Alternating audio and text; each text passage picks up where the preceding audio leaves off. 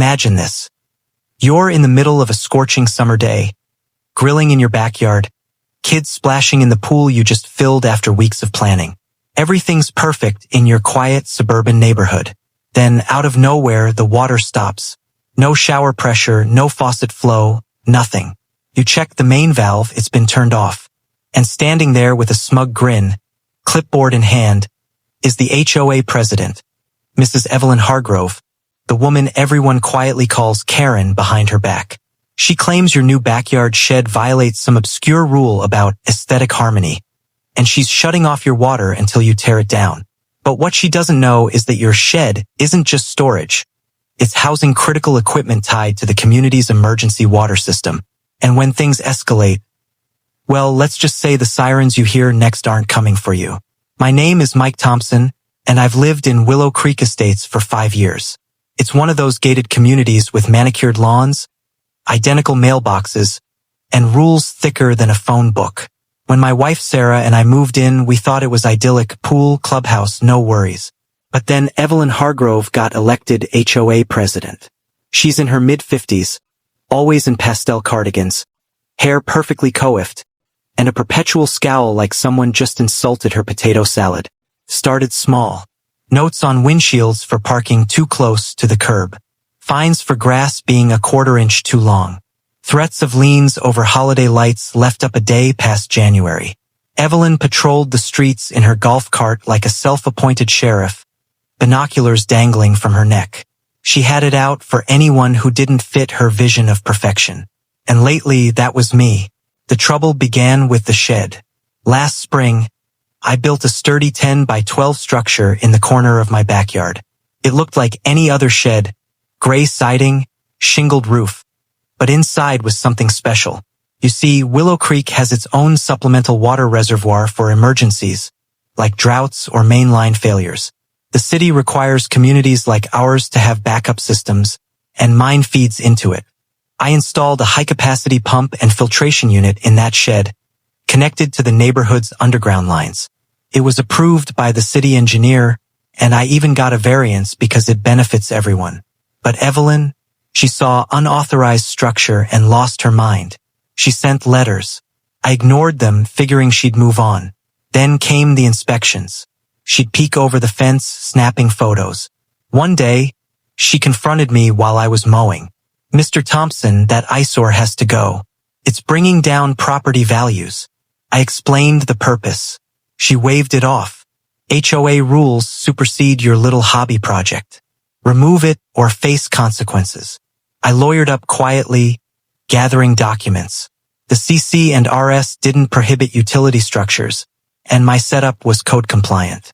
But Evelyn escalated. Last month, she fined me $500. I appealed at the board meeting, stacked with her cronies, and lost. Then, 2 weeks ago, she upped it to $1,000 and threatened utility shutoff. I laughed. HOAs can't just cut water. It's illegal in our state without a court order, especially for individual homes on city meters. But Evelyn didn't care about legalities. She fancied herself above the rules she enforced on others. It was a Saturday in July, the kind where the air shimmers with heat. We were hosting a barbecue, neighbors, kids, burgers sizzling. The pool was full, sprinklers keeping the lawn green. Around 2 p.m., Sarah screamed from the kitchen, "Mike, the water's out." I checked faucets dry. Toilet wouldn't flush. Pool filter gurgling to a stop. I ran outside to the curb box, where the main shutoff valve sits under a green lid. It was closed tight, a shiny new padlock securing the handle. And there, taped to the lid, was a note in Evelyn's looping handwriting. "Water service suspended per HOA authority for non-compliance with architectural guidelines. Restore upon demolition of illegal structure and payment of fines. E. Hargrove, President." Fury hit me like a wave. This wasn't just petty. It was dangerous. No water in 100-degree heat, with kids around, elderly neighbors. I called the city utility department. They confirmed. Individual meters can't be tampered with by HOAs. Only they or the homeowner can shut off. Evelyn had no right. Neighbors started complaining. Old Mr. Jenkins next door couldn't water his garden or take his meds properly. The Ramirez family across the street had a newborn. No formula mixing, no baths. Texts flew in our group chat. What's going on? Is this Evelyn again? I tried reasoning first. Marched to her house 2 doors down, note in hand. She answered in her robe, sipping iced tea like nothing was wrong. You brought this on yourself, Mike. Rules are rules. This is illegal, Evelyn. Turn it back on. Or what? You'll report me to myself? I'm the authority here. I warned her. This affects the whole street. People could get sick. And my pump, the emergency one, is offline now. If there's a fire. She smirked. Dramatic as always. Demolish the shed by Monday, pay the fines, and I'll consider restoring service. I left fuming, called a lawyer friend. He advised documenting everything, then contacting authorities. But it was weekend. Offices closed. By evening, things worsened. No showers after the barbecue. Bottled water for drinking. Flushing with pool water, gross. Kids whining. Sarah crying. And the heat relentless. Sunday morning, I removed the padlock with bolt cutters, my property, my valve. But when I turned it on, nothing. She'd gone further. Somehow accessed the main line or called a plumber crony to bypass or cap something deeper. Water still off. That's when Mrs. Patel from down the block knocked. Mike, my husband's on oxygen. Needs humidifier water. This is inhumane. More neighbors gathered. Consensus. Call emergency services. I dialed non-emergency police first.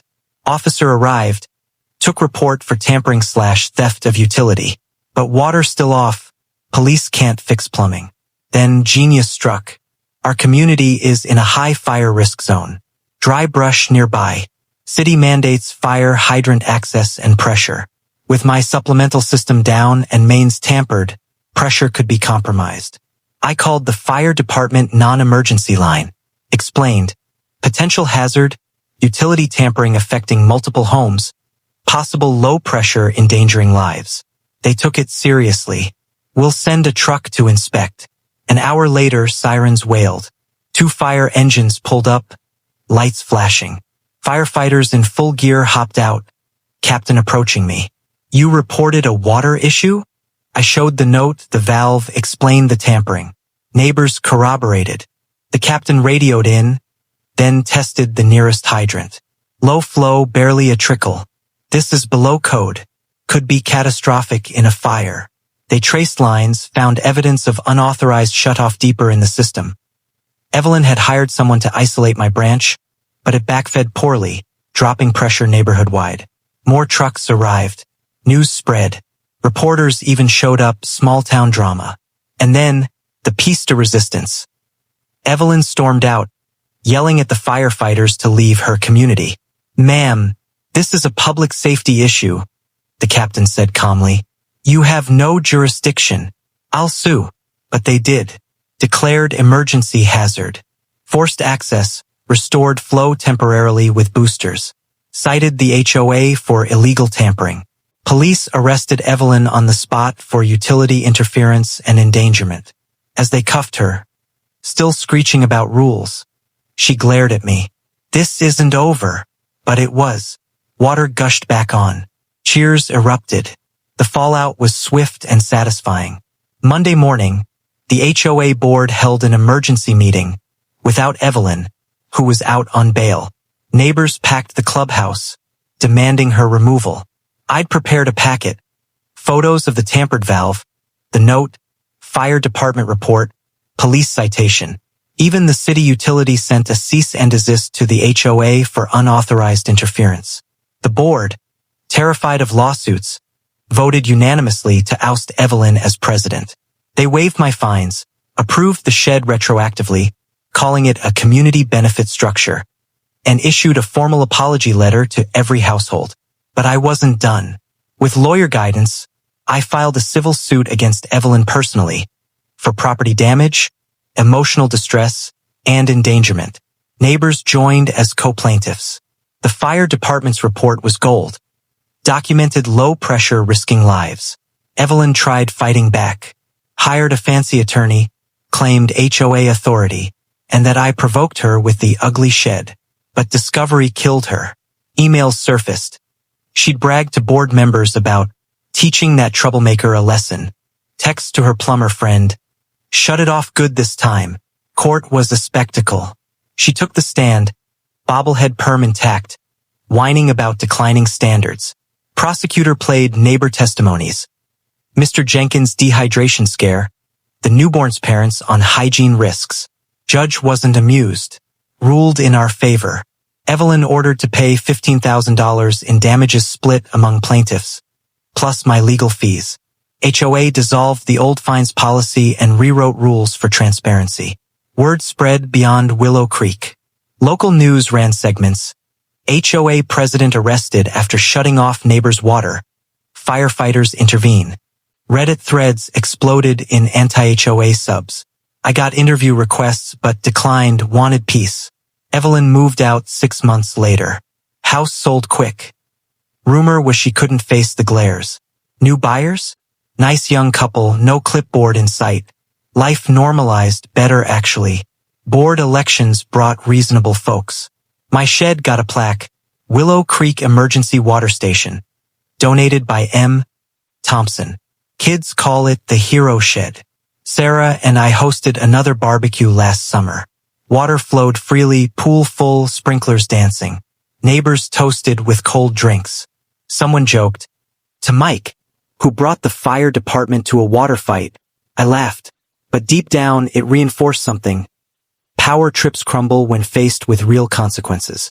Evelyn thought rules made her untouchable. Firefighters arriving that day. They reminded everyone, safety trumps petty tyranny. Now, when new folks move in, I share the story. Not to scare, but to empower. Know your rights. Document everything. And if someone goes too far, sometimes you just need to call in the big hoses. These days, I patrol my own yard, no binoculars needed. Just enjoying the peace, the flow of water, and the knowledge that one Karen down doesn't mean they're extinct. But in Willow Creek, we're vigilant and hydrated. Years later, driving past Evelyn's old house, I smile. The new owners painted it a bold blue. Definitely not HOA-approved beige back then. Progress. If there's a lesson, don't let bullies hide behind bylaws. Stand up, gather allies, use the system against them. And never underestimate the power of a good hook. Mine was a shutoff valve. Hers? Well, handcuffs. Willow Creek thrives now. Community potlucks. Kids playing freely. No golf cart patrols.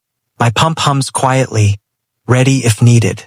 But mostly, it stands as a reminder. We look out for each other, not lord over. And that's the real victory.